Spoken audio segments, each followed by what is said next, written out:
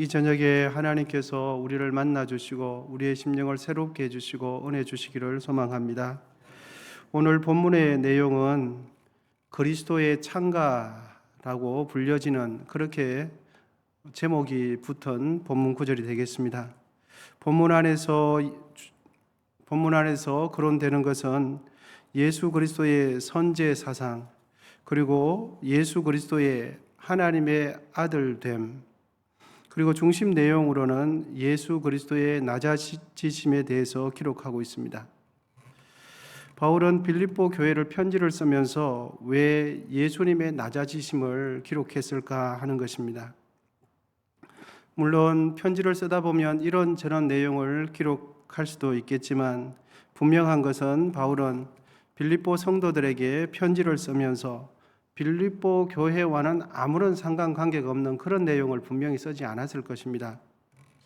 그러니까 오늘 본문의 내용도 역시도 빌립보 교회와는 무관한 그냥 단순히 신학적인 내용을 기록하지 않았다는 것을 어렵지 않게 짐작하실 수 있습니다.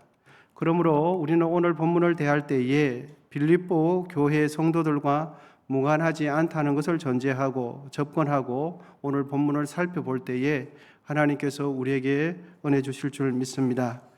오늘 본문 5절은 이렇게 시작하고 있습니다. 너희 안에 이 마음을 품어라 라고 시작합니다.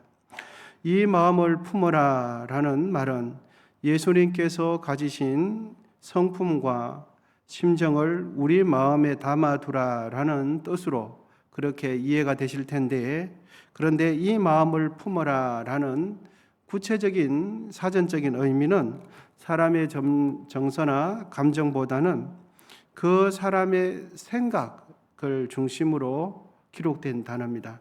그러니까 조금 더 문자적인 의미를 담아서 표현해 보면 이 마음을 품어라 라기보다는 이 생각을 품어라 이런 내용이 됩니다. 물론 여러분, 생각과 감정은 긴밀하게 연관되어 있지요. 때로는 생각과 감정을 구분한다는 것은 성가시고 무가치하게 느껴질 때도 있습니다. 그런데 우리는 여러분 분명히 생각과 감정은 다른 것입니다. 그리고 생각과 감정을 구분하면 어떤 문제를 생각보다 쉽게 풀 수 있는 것이 생각과 감정을 구분하는 것입니다. 특히나 사람들과의 감정 속에서 감정이 얽히고 설킬 때는 분명한 생각을 이야기하고 왜 그런지를 캐 묻는 것이 굉장히 우리의 감정을 정리하는 데 도움이 됩니다. 또한 우리의 생각에는 깊은 생각이 있고 또 기분과 상황에 따라서 순간순간 바뀌는 것이 우리의 생각입니다. 그러한 생각들은 얕은 생각이라고 할 수 있겠습니다. 얕은 생각이라고 하면 조금 전까지는 이거 하고 싶었는데 순간 생각이 바뀌어서 또 이거 하고 싶은 겁니다. 이런 생각이 얕은 생각이 되는 것입니다. 예를 들면 점심을 먹을 때 중국집에서 식사를 시키고 싶은데 조금 전까지는 짜장면이 먹고 싶었는데 생각이 또 바뀌어서 짬뽕이 또 먹고 싶은 겁니다. 또 생각이 바뀌어서 오늘 아침에 밥을 안 먹었으니까 볶음밥을 먹고 싶은 것입니다. 이런 생각들은 얕은 생각입니다. 얼마든지 바뀌어도 괜찮습니다. 아무런 문제가 되지 않죠. 그런데 오늘 본문에서 이 생각을 품어라 라고 할 때에 이 생각은 그런 얕은 생각이 아니라 골똘히 하는 생각, 깊이 하는 생각, 그것을 마음에 오래 두고 신중하게 하는 생각을 이야기하는 것입니다. 어떤 낚시꾼이 낚시를 하고 있었습니다. 낚시꾼은 오른손에 낚싯대를 잡고 왼손에는 25cm짜리 자를 잡고 있었습니다. 낚시꾼은 고기를 잡을 때마다 왼손에 들고 있던 그 자로 물고기의 길이를 쟀습니다. 물고기의 길이가 25cm보다 작으면 그물 안에 넣고 크면 버리는 겁니다. 다시금 살려두는 겁니다. 곁에서 이를 지켜보던 사람들이 하도 이상해서 왜 그렇게 하느냐고 물었습니다. 그러자 이 낚시꾼이 대답했습니다. 대답하기를 정말 어이가 없습니다. 이렇게 대답합니다. 우리 집 프라이팬 지름이 25cm인데 프라이팬보다 더 큰 거는 구워 먹을 수 없으니까 살려두는 겁니다. 이렇게 대답을 하는 겁니다. 여러분, 힘들게 잡은 고기를 프라이팬이 작다고 이렇게 살려두는 게 이해가 됩니까? 언뜻 생각해 보면 그렇죠. 돈이 들고 또 마트에 가서 사야 되니까 귀찮은 거죠. 그러니까 프라이팬에 딱 맞는 거, 큰 고기는 살려두고 작은 고기만 가져가는 것입니다. 여러분, 한 번만 더 생각해 보면 큰 물고기를 살려둘 것이 아니라 프라이팬을 바꾸면 되지 않습니까? 그래서 큰 고기, 더 싱싱한 고기, 더 좋은 고기를 맛있게 구워 먹을 수도 있는데 말이죠. 여러분, 우리 모두는 얕은 생각하지 마시고 깊은 생각하실 수 있기를 축복합니다. 작은 생각하지 마시고 큰 생각을 하실 수 있기를 바랍니다. 가치가 적은 생각하지 마시고 진짜 중요한 것이 무엇인지 그 의미 있고 가치 있는 것을 깊이 생각하시고 또 큰 생각을 하시게 되는 은혜가 있기를 축복합니다. 그러니까 바울이 오늘 본문 5절을 통해서 전하고 싶은 말씀은 생각의 문제, 빌립보 성도들의 마음 씀씀이의 문제를 이야기하고 싶은 겁니다. 여러분, 우리의 생각을 어디에 집중해야 할까요? 우리의 생각은 항상 그 자리에 그곳에 머물러 있지 않습니다. 우리의 생각은 내가 보고 들은 대로 즉각 반응하는 것이 우리의 생각입니다. 그래서 우리의 생각은 움직입니다. 그래서 우리의 생각은 살아있다고 해도 과언이 아닙니다. 그래서 생각이 흘러가는 대로, 내 생각이 흘러가는 대로 가만두시면 안 됩니다. 왜냐하면 우리가 생각하는 모든 것은 진리가 아닐 때가 많습니다. 내가 분명히 생각하는데 내가 생각하지만 그 생각이 틀린 생각일 때가 아주 많다는 것입니다. 그래서 내가 생각이 되는 대로, 생각이 가는 대로 이 생각을 가만두시면 안 됩니다. 진리는 하나님의 말씀이기에 우리의 생각을 하나님의 말씀에 머물 수 있도록 생각을 붙잡아 두셔야 됩니다. 할렐루야. 그래서 생각이 내가 생각하는 것이 진리가 아니라 하나님의 말씀이 진리이기에 하나님의 말씀으로 나의 생각을 고정시켜야 됩니다. 그래서 하나님의 말씀으로 나의 생각을 고정시키는 이 작업을 매일매일 하셔야 됩니다. 그럼 빌립보 교회 성도들이 가져야 할 생각은 무엇일까요? 그것은 본문 빌립보서 2장 6절입니다. 우리 2장 6절 같이 읽으시면 좋겠습니다. 시작.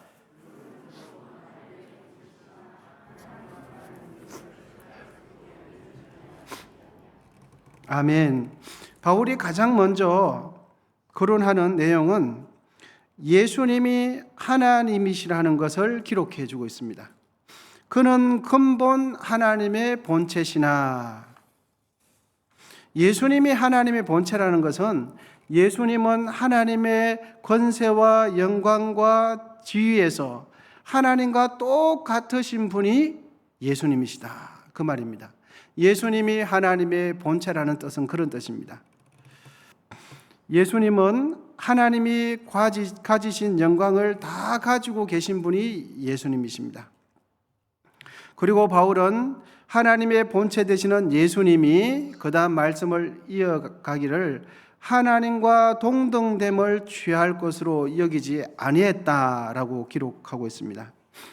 여기서 취한다라는 것은 문자적인 의미는 빼앗다는 뜻입니다. 그래서 이 문자적인 의미로 해석해 보면 예수님은 하나님의 본체라는 것을 그 누구로부터 빼앗은 것처럼 보이지만 그러한 해석은 좀 무리가 있는 해석이고 오히려 예수님 자신에게 유리하게 또는 예수님 자신이 이득이 되게 하는 것으로 이해하는 것이 적절해 보입니다. 이런 의미를 반영해서 본문을 다시 한번 해석해 보면 예수님은 하나님의 본체가 되시지만 하나님과 동등됨의 지위를 자신의 이익, 자신의 이득을 세우는 데 사용하지 않았다는 말씀입니다. 이것이 당연한 사실인 것 같지만 빌립보 교회의 성도들에게는 아주 중요한 교훈이 됩니다. 왜냐하면 빌립보 성도들 안에는 자신이 더 큰 영광이라는 이득을 차지하기 위해서 경쟁하는 이들이 빌립보 교회 안에 있었기 때문에 그렇습니다. 여러분, 예수 그리스도는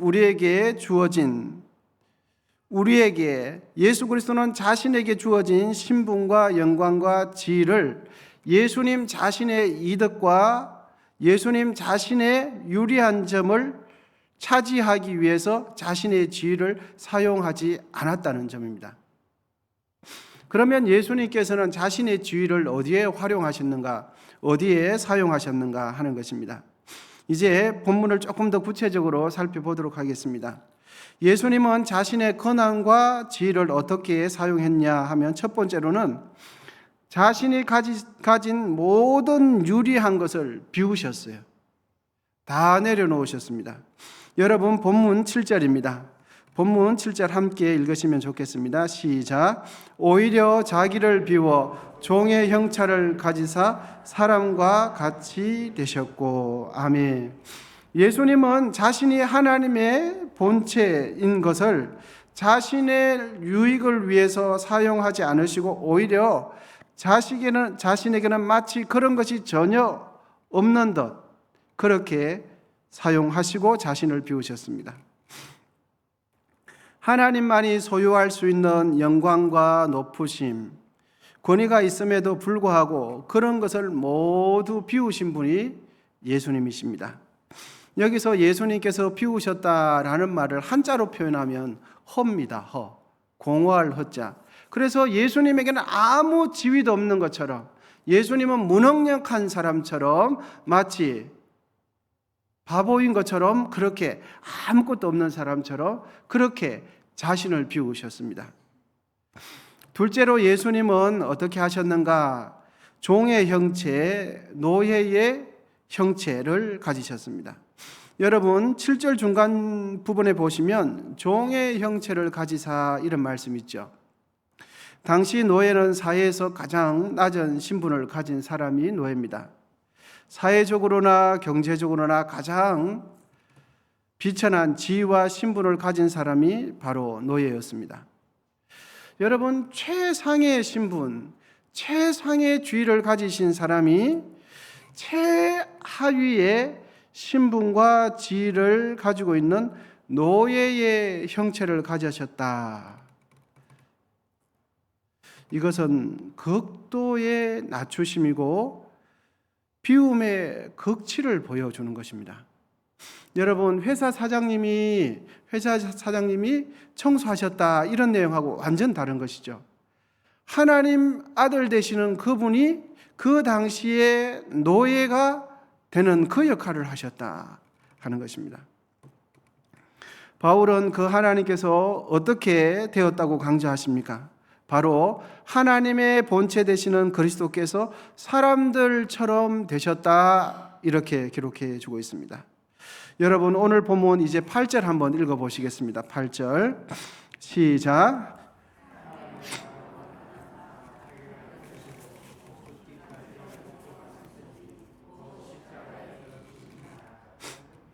아멘. 사람이 되신 예수님은 어느 정도까지 낮추셨습니까? 자기가 죽으시는 그 자리까지 낮아지셨습니다. 예수님은 죽기까지 낮아지셨습니다. 죽기까지 복종하셨습니다. 당시 상황에서 복종이라는 이 단어는 노예가 쓰기에 가장 적합한 단어죠. 그래서 예수님은 육체를 가지시는 동안에 복종해 오셨는데 십자가의 죽으심까지 복종하셨습니다. 당시 사람들에게 있어서 십자가 죽음은 대역죄인, 정치범, 국가적으로 큰 죄를 짓는 사람이 죽는 것이 십자가 죽음입니다. 우리는 십자가 죽음 생각하면 거룩한 이미지를 떠오르는데 그렇지 않습니다. 예를 들면 우리나라를 팔아먹는 큰 간첩이 잡혀서 그 간첩이 사형을 집행했다라면 얼마나 그 죽음이 수치스러운 죽음이겠습니까? 예수님께서 십자가에 죽으셨다는 것은 바로 그런 죽음입니다. 가장 불명예스러운 죽음이 십자가 죽음입니다. 그러한 죽음에도 예수님께서는 자원하실 만큼 복종하시고 순종하신 것입니다. 여러분, 신자라면 예수님께서 어떻게 죽으셨는지 모를 사람이 아무도 없을 것입니다. 바울은 자신이 빌립보 교회에 편지를 쓰면서 왜 예수님의 죽으심을 이렇게 편지를 통해서 기록했겠습니까? 그것은 바로 빌립보 교회 안에 허영심을 쫓아서 경쟁하는 이들이 있기 때문입니다. 그래서 그 허영심을 따라서 살아갈 것이 아니라 자신의 겸손함을 따라서 예수님께서 십자가에 죽으신 만큼 그러한 그 죽으심을 통해서 허영심을 쫓아가는 그 사람들의 깨달을 수 있도록 이 말씀을 주시는 거예요.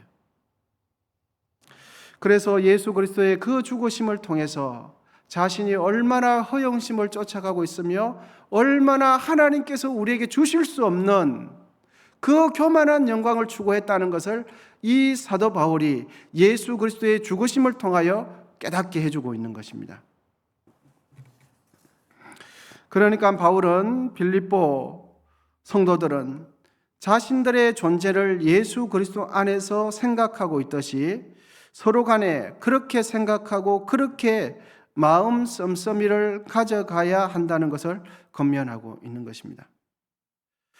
예수 그리스도께서 스스로를 낮추셨다는 이것은 갈등이 있는 빌립보 성도들 사이에 어떻게 해야 되는지를 가르쳐주고 있습니다. 여러분, 고개를 숙이면 싸울 일이 없습니다. 그런데 고개를 숙이면 어린아이들과도 싸우게 됩니다. 예수님의 이러한 행동은 최초의 아담인 아담의 행동과는 완전히 대조가 됩니다. 뿐만 아니라 인류의 역사상에 있어서 모든 사람들의 행동과도 대조가 됩니다. 하지만 둘째 아담이신 예수님은 다릅니다.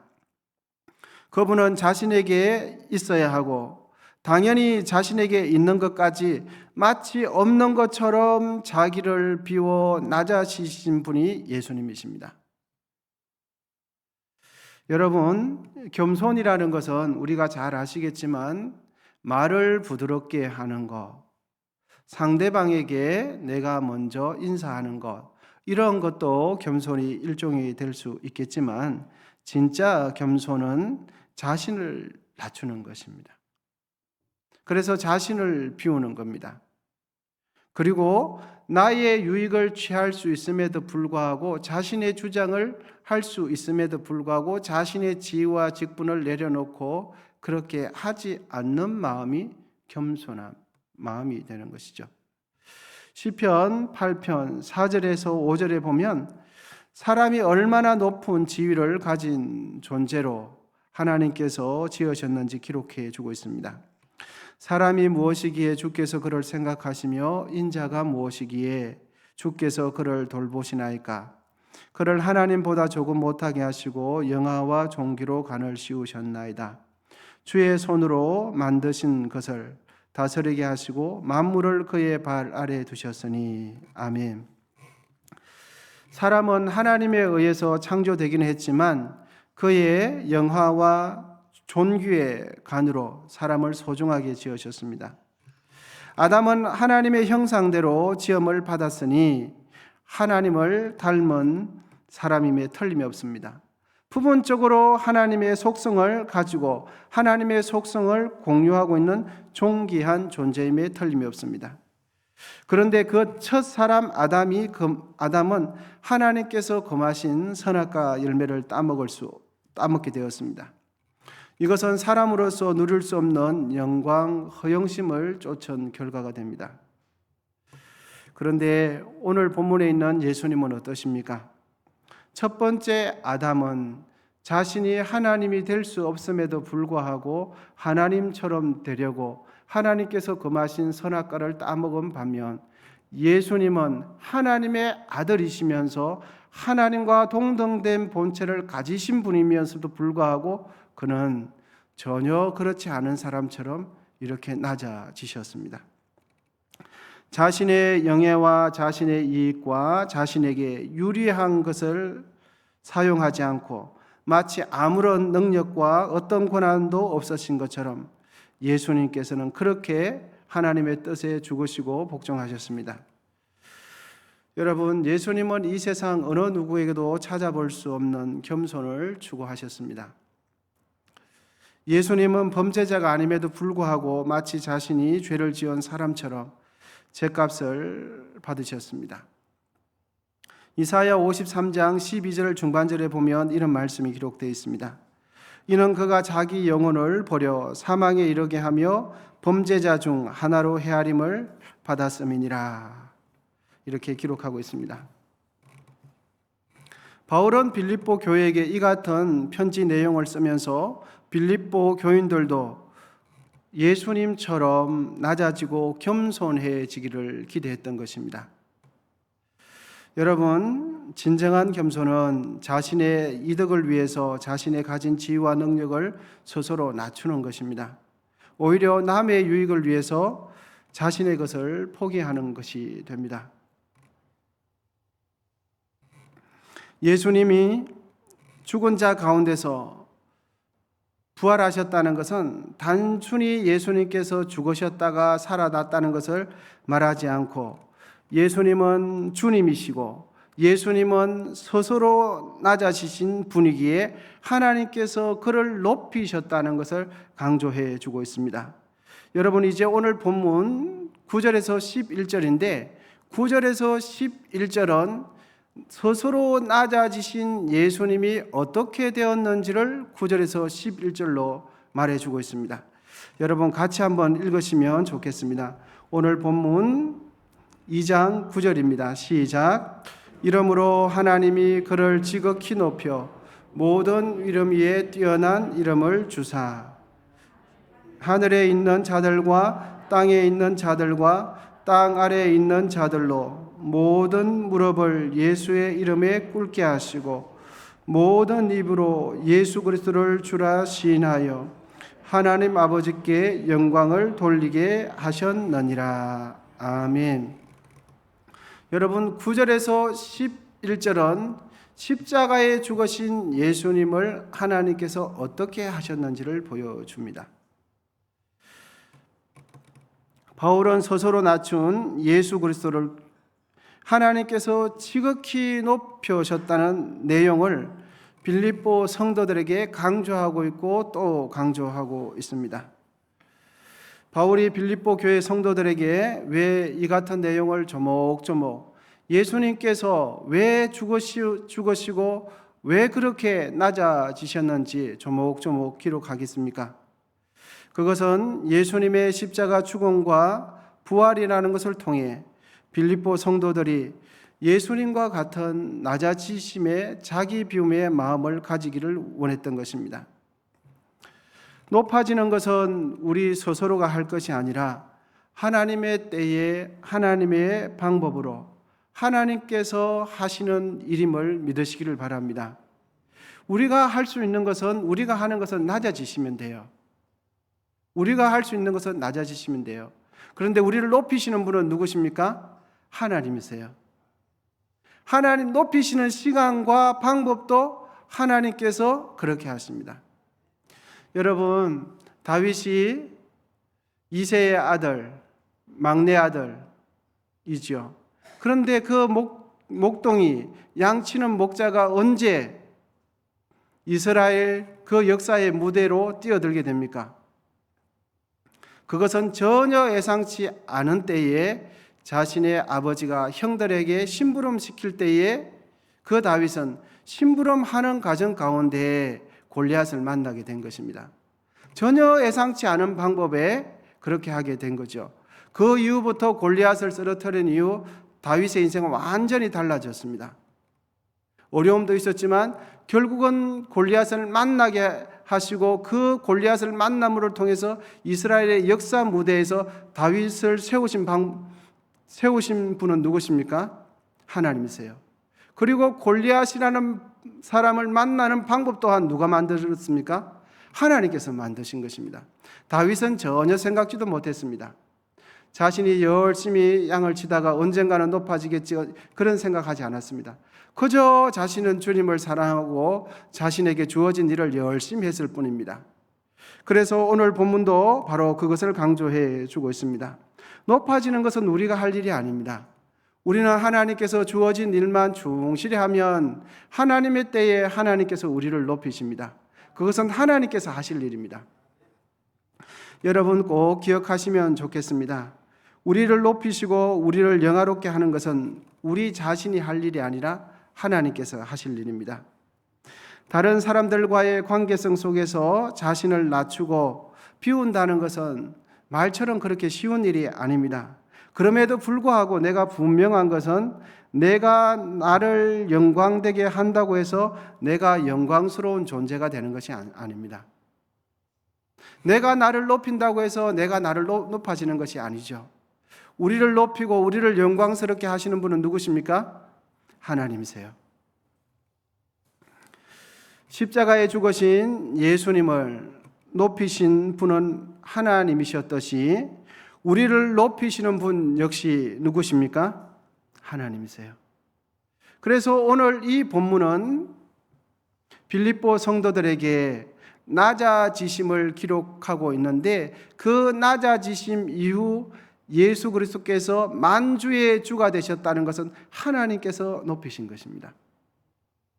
그래서 빌립보 교회의 성도들에게 어려움과 갈등이 있을 때 이 예수 그리스도의 높아지심을 보고 자신들 스스로가 어떻게 해야 될지를 깨닫게 해주고 있는 것이죠.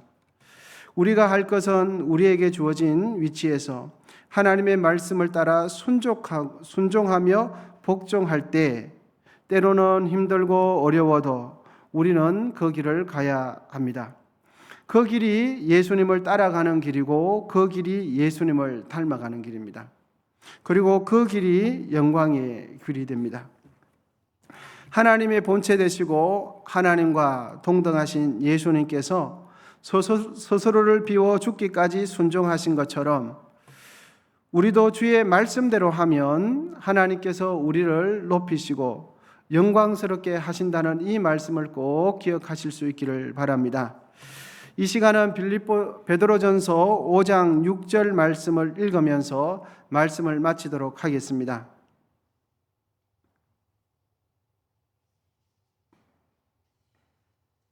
베드로전서 5장 6절입니다.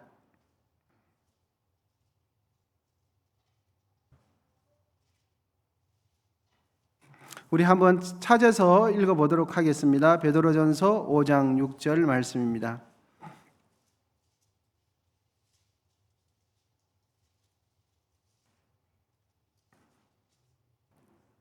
찾으셨으면 다 같이 읽도록 하겠습니다. 그러므로 하나님의 능하신 손 아래서 겸손하라. 때가 되면 너희를 높이시리라. 아멘. 기도하시겠습니다. 하나님, 오늘도 말씀을 통해 예수 그리스도께서 어떻게 모든 이들의 구주가 되셨는지 깨닫게 하시니 감사합니다. 오늘 말씀을 통해 우리를 높이시고 우리를 세우시고 우리를 영광스럽게 하시는 분은 하나님이심을 다시 한번 생각합니다. 하나님, 우리의 생각이 복을 받게 하시고 우리의 생각이 진리의 말씀을 추구하게 하시고 우리의 생각이 하나님을 영화롭게 하는 생각을 가질 수 있도록 은혜를 베풀어 주옵소서. 예수님의 낮아지심과 겸손을 배우게 하시며 즐거운 마음으로 순종함으로 예수님의 뒤를 따라가는 우리 모두가 되게 하옵소서. 예수님의 이름으로 기도하옵나이다. 아멘.